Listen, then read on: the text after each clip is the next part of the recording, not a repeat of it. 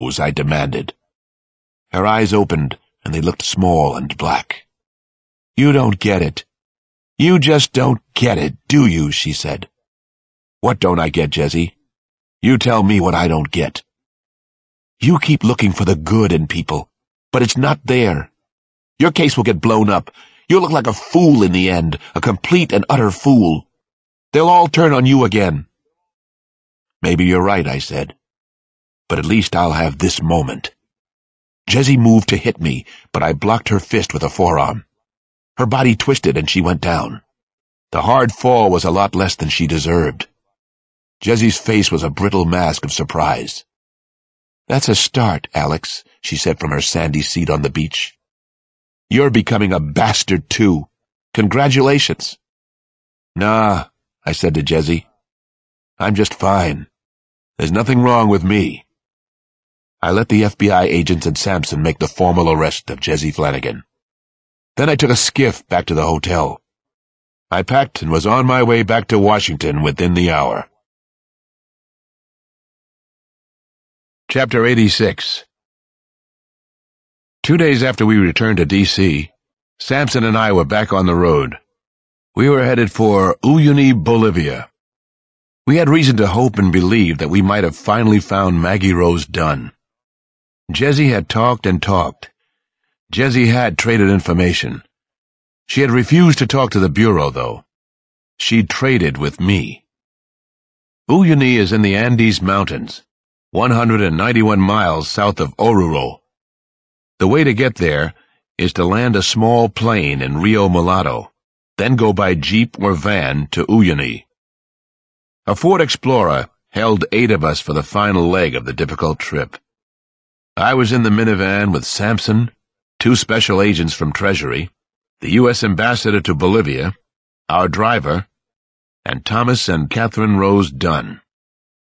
Charles Chakely and Jessie had both been willing to trade information about Maggie Rose during the last grueling 36 hours.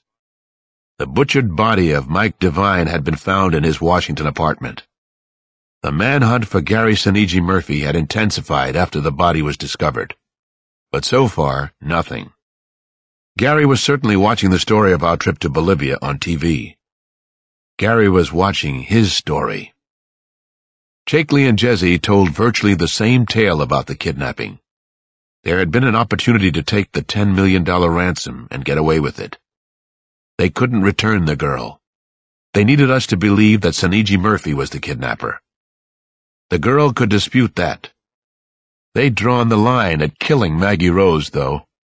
Or so they said back in Washington. Sampson and I were quiet inside the minivan for the last miles of the trip through the Andes. So was everyone else. I watched the Dunns as we approached Uyuni. They sat together quietly, a little distant from each other. As Catherine had told me, losing Maggie Rose had nearly destroyed their marriage. I was reminded of how much I had liked them in the beginning. I still liked Catherine Rose. We had talked for a while during the trip. She thanked me with genuine emotion, and I would never forget that. I hoped their little girl was waiting safely at the end of this long and horrible ordeal. I thought about Maggie Rose Dunn, a little girl I had never met, and was about to meet soon. I thought about all the prayers said for her, the placards held outside a D.C. courthouse, the candles burning in so many windows. Sampson elbowed me as we drove through the village. "Look up the hill there, Alex. I won't say this makes it all worthwhile, but maybe it comes close." The minivan was climbing a steep hill in the village of Uyuni. Tin and wood shacks lined both sides of what was virtually an alleyway cut into rock. Smoke spiraled from a couple of the tin rooftops. The narrow lane seemed to continue straight up into the Andes Mountains. Maggie Rose was there waiting for us, halfway up the road. The 11-year-old girl stood in front of one of the nearly identical shacks. She was with several other members of a family called Patino. She had been with them for nearly 2 years. It looked as if there were a dozen other children in the family. From 100 yards away, as the van strained up the rutted dirt road, We could all see her clearly. Maggie Rose wore the same kind of loose shirt, cotton shorts, and thongs as the other Patino children, but her blonde hair made her stand out. She was tan. She appeared to be in good health. She looked just like her beautiful mother. The Patino family had no idea who she really was. They had never heard of Maggie Rose Dunn in Uyuni, or in nearby Pulacayo, or in Ubina, 11 miles over the high and mighty Andes Mountains. We knew that much from the Bolivian officials and police. The Patino family had been paid for keeping the girl in the village, keeping her safe, but keeping her there. Maggie had been told by Mike Devine that there was nowhere for her to escape to. If she tried, she would be caught and she would be tortured. She would be kept under the ground for a long, long time. I couldn't take my eyes off her now. This little girl, who had come to mean so much to so many people. I thought of all the countless pictures and posters, and I couldn't believe she was really standing there, after all this time. Maggie Rose didn't smile or react in any way as she watched us coming up the hill in the U.S. Embassy van. She didn't seem happy that someone had finally come for her, that she was being rescued. She appeared very confused, wounded, and afraid. She would take a step forward, then a step backward, then look back at her family. I wondered if Maggie Rose knew what was happening. She had been severely traumatized. I wondered if she could feel anything at all. I was glad I could be there to help. I thought of Jesse again, and I shook my head involuntarily. The storm inside wouldn't stop. How could she have done this to the little girl? For a couple of $1 million? For all the money in the known universe? Catherine Rose was the first one out of the minivan. At that very moment, Maggie Rose opened her arms. "Mommy!" she cried out. Then, hesitating for only a split second, she seemed to leap forward. Maggie Rose ran toward her mother. They ran into each other's arms. For the next minute, I couldn't see much of anything through my tears. I looked at Samson and saw a tear seeping from under his dark glasses. "Two tough detectives," he said, and grinned at me. It was that lone wolf smile I love. "Yeah, we sure are Washington, D.C.'s finest," I said. Maggie Rose was finally going home. Her name was an incantation in my head. Maggie Rose. Maggie Rose. It was worth everything just to see that moment. "The end," Samson pronounced. Part 6. The Cross House. Chapter 87. The Cross House was right there across the street. There it was, in all of its humble glory. The bad boy was mesmerized by the glittering orangish house lights. His eyes roamed from window to window. A couple of times, he caught sight of a black woman shuffling past one of the windows downstairs. Alex Cross's grandmother, no doubt. He knew her name, Nana Mama. He knew Alex had named her that as a boy. In the last few weeks, he'd learned everything there was to know about the Cross family. He had a plan for them now, a neat little fantasy. Sometimes the boy liked to be afraid like this. Afraid for himself, afraid for the people in the house. He enjoyed this feeling as long as he could control it and turn it on and off at will. He finally urged himself to leave his hiding place, to go even closer to the Cross House, to be the fear. His senses were much sharper when the fear was with him.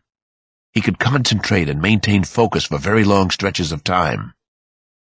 As he crossed 5th Street, there was nothing in his consciousness other than the house and the people inside. The boy disappeared into the bushes that ran alongside the front of the house. His heart was beating strongly now. His breathing was fast and shallow. He took one deep breath, then slowly let it out through his mouth.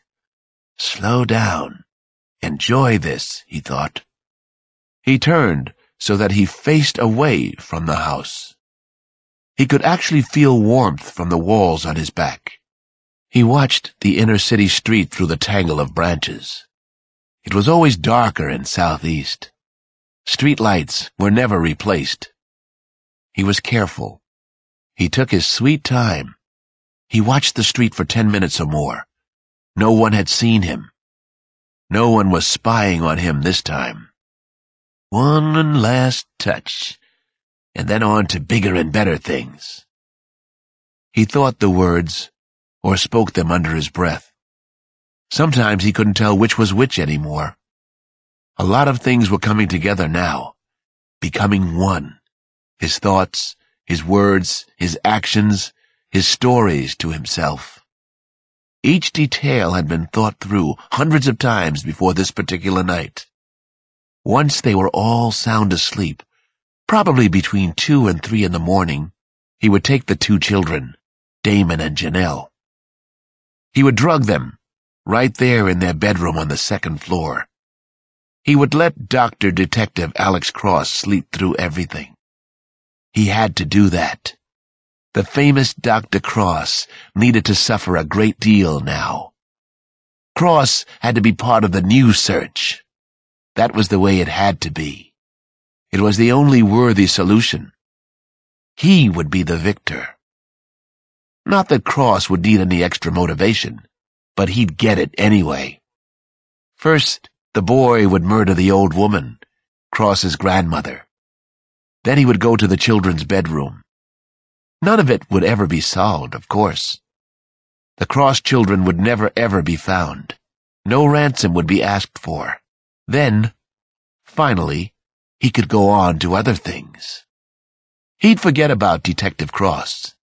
But Alex Cross would never, ever forget about him. Or about his own missing children. Gary Soniji Murphy turned toward the house. Chapter 88. Alex, there's someone inside the house. Alex, someone's in here with us, Nana whispered close to my ear. I was up and out of bed before she finished speaking the words. Years on Washington streets had taught me to move quickly. I heard the softest thump somewhere. Yes, someone was definitely in the house. The noise hadn't been manufactured by our ancient heating system. Nana, you stay here. Don't come out until I call you, I whispered to my grandmother. I'll yell when it's okay. I'll call the police, Alex. No, you stay right here. I am the police. Stay here. The children, Alex. I'll get them. You stay here. I'll bring the children. Please obey me this one time. Please obey me. There was no one in the darkened hallway upstairs. No one I could see, anyway. My heart raced uncontrollably as I hurried to the children's room. I listened for another sound in the house. It was too still now. I thought about the horrible violation. Someone's inside our house. I chased the thought away. I had to concentrate on him. I knew who it was. I'd kept my guard up for weeks after Sampson and I had returned with Maggie Rose. Finally, I'd let it down just a little, and he'd come. I hurried to the children's room. I started to run down the upstairs hallway. I opened the creaking door. Damon and Janelle were still asleep in their beds. I would wake them quickly, then carry them both back to Nana. I never kept my gun upstairs because of the children. It was downstairs in the den. I switched on the lamp beside the bed. Nothing. The light didn't come on. I remembered the Sanders and Turner murders. Soniji had loved darkness. The darkness had been his calling card, his signature. He had always turned the electricity off. The thing was here. Suddenly, I was struck very hard with terrifying force. Something had hit me like a speeding runaway truck. I knew it was Soniji. He'd sprung on me. He nearly took me out with one blow. He was brutally strong. His body, his muscles had been tensing and untensing